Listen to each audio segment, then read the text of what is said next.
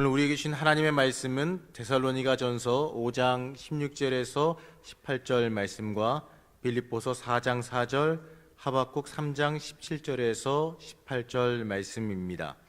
먼저 데살로니가전서 5장 16절에서 18절 말씀입니다.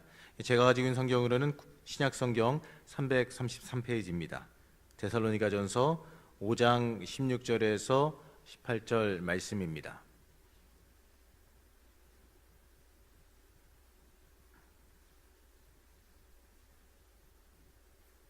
네, 저와 같이 한 절 한 절 나누어서 교독하시겠습니다. 항상 기뻐하라.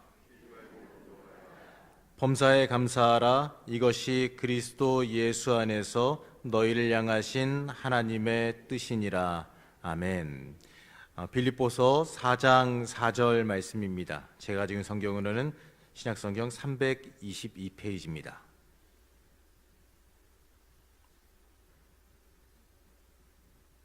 빌립보서 4장 4절 말씀 한 절 같이 합독하시겠습니다. 주 안에서 항상 기뻐하라. 내가 다시 말하노니 기뻐하라. 아멘. 하박국서 3장 17절에서 18절 말씀입니다. 제가 가지고 있는 성경으로는 구약성경 1305페이지입니다. 하박국서 3장 17절에서 18절 말씀, 구약성경 1305페이지입니다. 이 두 절 저와 같이 한 목소리로 합독하시겠습니다. 비록 무화과 나무가 무성하지 못하며 포도나무에 열매가 없으며 감람나무에 소출이 없으며 밭에 먹을 것이 없으며 우리의 양이 없으며 외양간에 소가 없을지라도 나는 여호와로 말미암아 즐거워하며 나의 구원의 하나님으로 말미암아 기뻐하리로다. 아멘.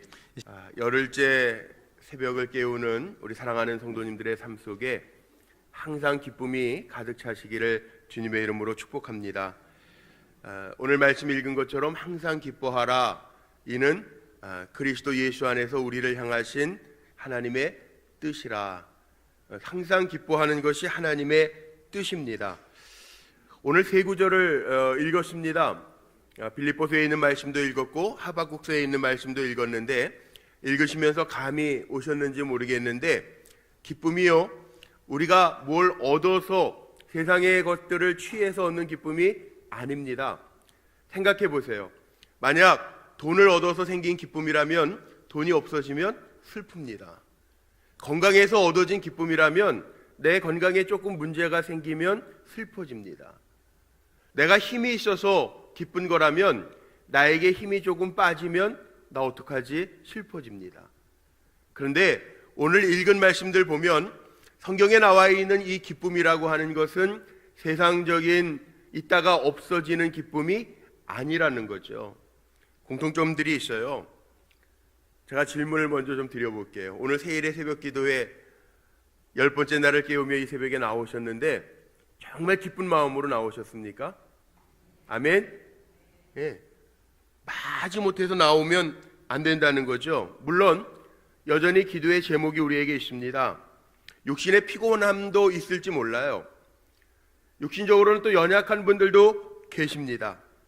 그런데 육신의 고통과 또 사업의 어려움, 인간관계의 문제 같은 여러 가지 일들이 우리를 괴롭게 한다 할지라도 어떻게 보면 우리의 기도의 제목이 없었을 때가 없더라고요.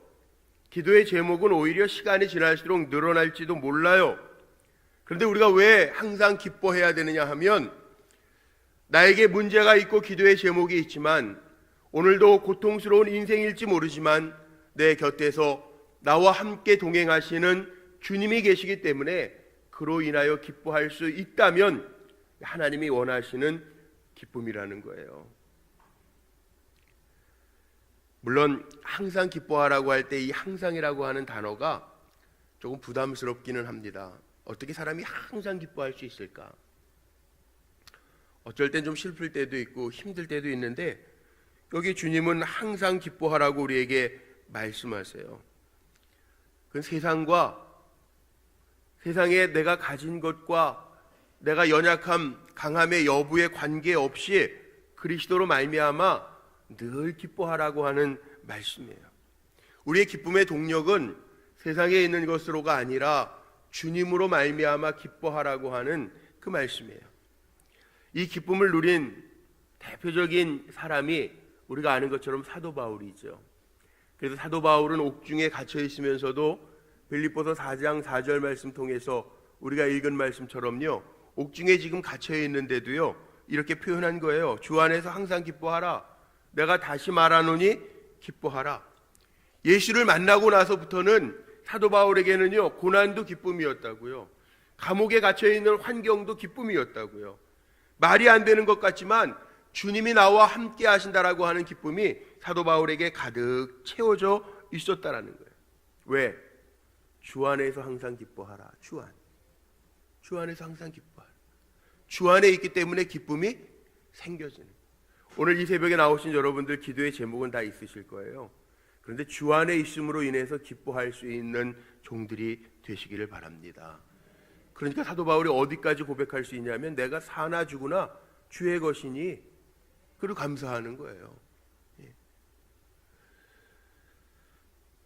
영적인 기쁨은 내 일이 잘 풀려지고 물론 마음에 형통함이 있어 기뻐하는 기쁨이 있겠지만 영적인 기쁨은 세상적인 기쁨이나 쾌락이나 즐거움이 아니고 내 조건이 나아져서 생겨지는 기쁨이 아니고 인간적인 조건이나 환경에 구애받지 아니하고 주어지는 기쁨이라는 거예요. 한 가지 더 제가 질문해 볼게요. 이제 새벽 기도회를 마치면 여러분들 이제 일부 새벽 기도회니까 조금 집에 가셔서 준비하시고 출근하시는 분들도 계실 터인데 어쨌든 뭐 한두 시간 안에 삶의 터전으로 들어가실 겁니다. 집으로 가시든 직장으로 가시든 학교로 가시든. 그러면 어떤가 한번 내 모습을 생각해 보세요. 분명히 삶의 터전으로 들어갈 터인데 내가 기뻐할 이유가 무엇일까?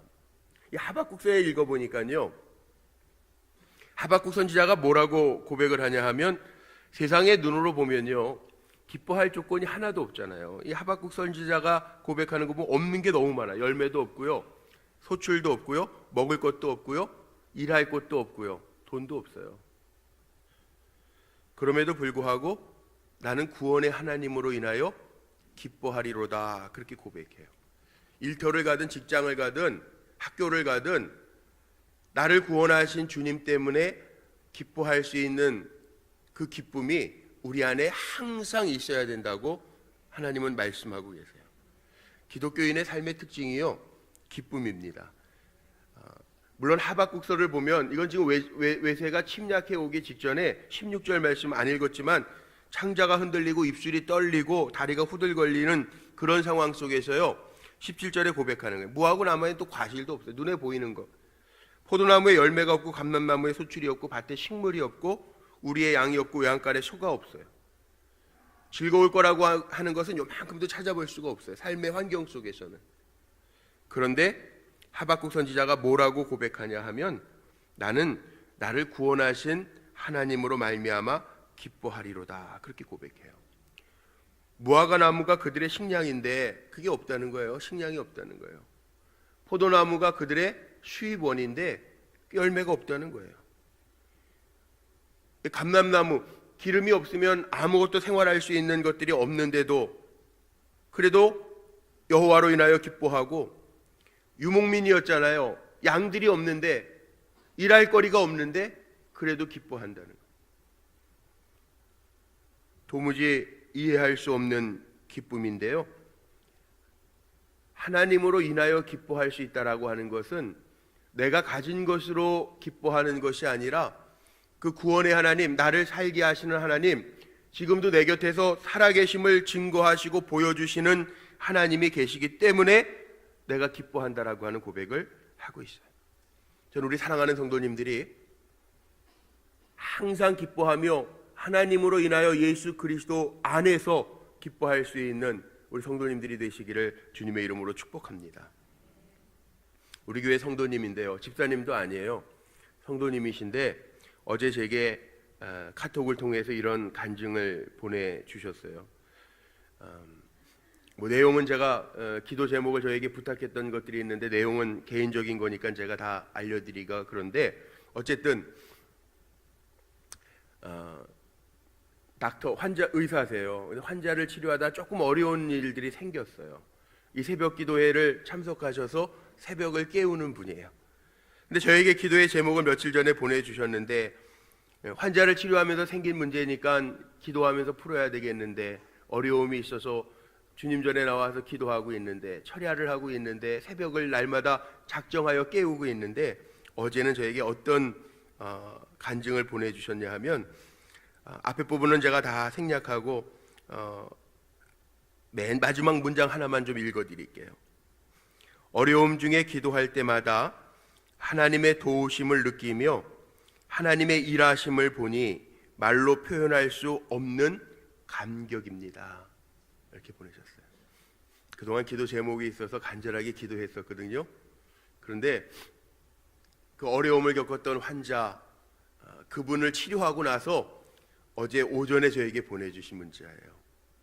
기도하는 가운데 하나님이 함께 하시는 증거가 눈으로 보여지니까 너무 감사해서 너무 감격이 된대요. 의사 선생님이 치료하면서 중간에 저에게 보내주신 거예요. 저는 근데 그 문자를 이렇게 받으면서요, 이게 기쁨이구나.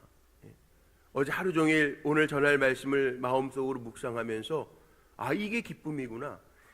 상황과 환경 속에서 기도하고 있는데 하나님이 살아계심이 내가 느껴져서 감격이 된다면 이게 얼마나 큰 기쁨입니까? 저는 우리 사랑하는 성도님들이 기도의 제목들을 가지고 기도하실 터인데 기도하는 제목들을 보면서 하나님이 이렇게 해가시는구나 느껴지고 보여지고 들려지면서 감격할 수 있는 성도님들이 되시길 바랍니다. 우리가 누려야 할 기쁨이 이런 기쁨이라는 거예요. 세상적인 거 채워져서 누리는 기쁨이라면 그거 없어지면요 슬퍼요, 애통해요. 그런데 하나님이 함께 하신다라고 하는 그 은혜와 기쁨과 감격이 있다면 우리는 그렇잖아요. 살다 보면 약할 때도 있잖아요. 살다가 보면 없을 때도 있잖아요. 살다가 보면 힘들 때도 있잖아요. 살다가 보면 인간적인 관계가 틀어질 때도 있잖아요. 근데 그걸로 인하여 슬퍼하는 것이 아니라 그런 모든 환경 속에서도 하나님이 살아계셔서 주 안에 내가 있어서 사도 바울이 옥중에 갇혀 있어도 몸이 착고에 차여 있어도 아니 육신에 가시가 있어도 하나님이 나와 함께 하시고 내게 은혜를 주셔서 그 은혜로 말미암아 내가 족하도다 고백하시고 말씀하시고 나에게 힘 주실 수 있다면 그것으로 감사할 수 있잖아요. 요 근래 어느 성도님의 간증이 또 하나 있어요. 3월 27일 월요일날 수술을 하셨는데 3월 27일날 수술을 하시고 주일날 큰 수술을 하시고 4월 2일 주일날 나오시고 계속해서 세일회를 깨우시는 거예요. 본인도 부모님도 놀라서 고백하시는 걸 들어요. 우리가 약하지요. 저도 이번 세일회가 하나님 기대가 됩니다 그러고 시작을 했는데 감기가 왔어요. 세일회 시작과 동시에. 밤에 기침을 참 많이 해요. 그런데 참 신기한 거는요, 설교할 때는 안 해요. 그러니까 하나님이 이게 주의 종은 또 이렇게도 사용하셔서 약한 가운데 주의 강함이 나타나는구나. 제가 고백할 수밖에 없어요. 참 신기하잖아요. 어제도 신방 가서 설교를 하면서 거기 속도원들 중에서도 기침하시는 권사님도 계시고 다 감기 때문에 요즘에 감기가 유행이라 감기 때문에 고생들 하시더라고요. 그래서 제가 설교하는 동안에는 기침을 안 합니다. 정말 신기하지 않아요? 하나님이 이렇게 또 함께 하시는 증거를 저에게도 보여주시더라고요. 성도님들도 마찬가지예요. 여기에 간증처럼 다른 거 아니에요. 오늘도 말씀 제가 예화 하나 들고 마치려고 하는데 제인이라고 하는 아주 기독교 경건한 학자가 하나 있었습니다. 이분이요 이렇게 얘기해요. 정말 매일 천국에 갔다 왔던 사람들처럼 정말 평안한 모습을 잃지 아니하고 살아가는 거예요. 이분이 그리스도의 기쁨을 설명하면서 이렇게 비유로 얘기했어요. 기쁨이란 무엇이냐? 성에 걸려있는 깃발과 같다. 성 안에 왕이 있다라고 하는 표시로 깃발을 거는 것과 같다는 거예요. 무슨 얘기냐면 내 안에 주님이 계시면 기쁜 것이 당연하다라는 거예요. 세상적인 게 채워져서 기뻐하는 것이 아니라 우리 사랑하는 성도님들, 여러분들 안에 사도 바울이 고백한 것처럼 주 안에 계십니까? 그럼 늘 기뻐할 수 있는 성도들이 되시기를 바랍니다. 내 안에 주님이 계신 것으로 인하여 기뻐하고, 내가 기뻐하는 모습을 통해서 주님이 나와 함께 계시다라고 하는 것을 보여줄 수 있는 하나님의 뜻이고, 이것이 하나님의 뜻을 이루어가는 모습이라고 하는 거 기억하면서 항상 주님이 나와 함께 하시기에 기뻐할 수 있는 귀한 종들로 승리하시기를 주님의 이름으로 축원합니다.